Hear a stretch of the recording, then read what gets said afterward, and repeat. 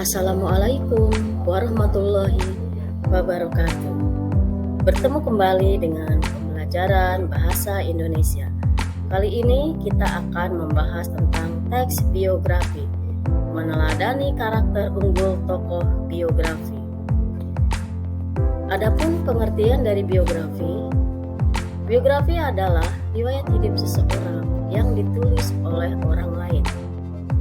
Sebuah biografi lebih kompleks daripada sekedar daftar tanggal lahir atau wafat dan data pekerjaan seseorang.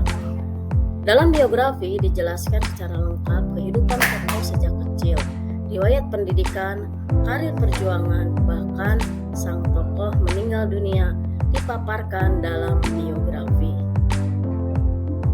Jenis-jenis teks biografi berdasarkan sisi penulis. Contohnya, autobiografi dan biografi. 2. Biografi berdasarkan izin penulisan. Contohnya, authorized biografi dan unauthorized biografi. Yang ketiga, biografi berdasarkan isinya. Contohnya, biografi perjalanan hidup dan biografi perjalanan karir. 4. Biografi berdasarkan persoalan yang dibahas. Contohnya, biografi politik, biografi intelektual, dan biografi jurnalistik. 5. Biografi berdasarkan penerbit. Contohnya, buku sendiri dan buku subsidi.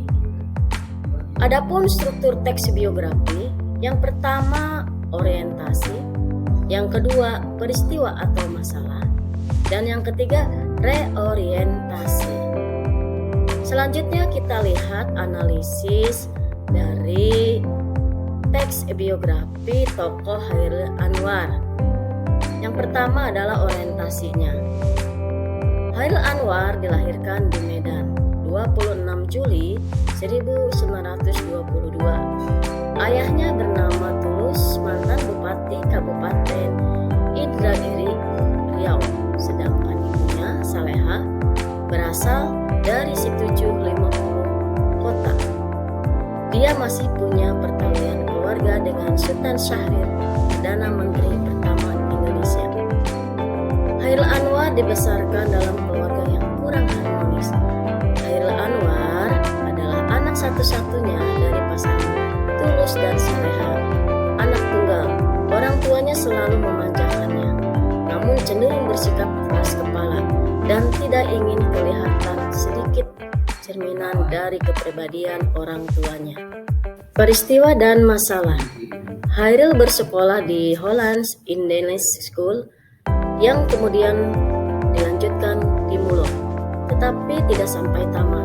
Walaupun latar belakang pendidikannya terbatas, Chairil menguasai 3 bahasa, yaitu bahasa Inggris, Belanda, dan Jerman. Ia mulai mengenal dunia sastra di usia 19 tahun. Namun namanya mulai dikenal ketika tulisannya dimuat di majalah Lisan pada 1942. Setelah itu ia menciptakan karya-karya lain yang sangat terkenal, bahkan sampai saat ini, seperti Rawang Bekasi dan Aku. Selama hidupnya, Chairil Anwar berhasil membuat beberapa karya tulis, diantaranya adalah Deru Campur Debu, Kerikil Tajam, dan Yang Terhempas, 3 Menguak Takdir, Aku Ini Binatang Jalang, Derai-derai Cemara, Pulanglah Dia Si Anak Hilang, dan Kena Gempur. Chairil Anwar meninggal dalam usia yang masih muda, yaitu sebelum menginjak usia 27 tahun. Chairil di Rumah Sakit Sibizid, Jakarta pada tanggal 28 April 1949. Penyebab kematiannya tidak diketahui pasti. Menurut dugaan, lebih karena penyakit TBC. Ia dimakamkan sehari kemudian di Taman Pemakaman Umum Karet Bifak, Jakarta. Reorientasinya, puisi Chairil Anwar memang kaya warna.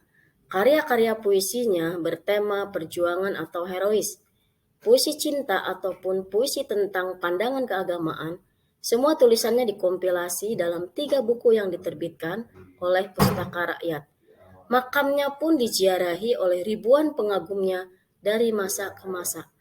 Hari meninggalnya juga selalu diperingati sebagai Hari Hairil Anwar. Contoh analisis kebahasaan biografi Hairil Anwar. Pertama, menggunakan pronomina atau kata ganti. Contohnya, ia mengenal dunia sastra saat berusia 19 tahun. Ini ada kata ia.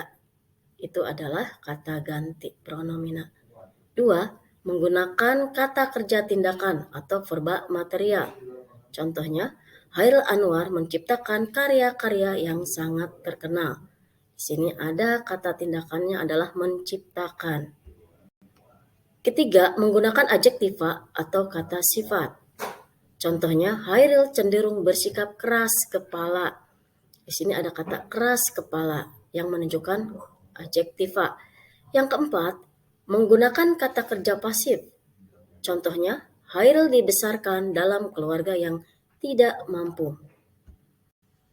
5. Menggunakan kata kerja mental. Contohnya, Hairil sangat mencintai Sri Aryati tetapi tidak pernah berani mengungkapkannya. Yang keenam, menggunakan kata sambung, kata depan, atau nomina urutan waktu. Contohnya, kemudian ia memutuskan untuk menikah dengan Hafsah Wirareja pada 6 Agustus 1946. Sekian dan terima kasih. Semoga paparan tentang biografi dapat bermanfaat. Wabillahi taufik wal hidayah. Wassalamualaikum warahmatullahi wabarakatuh.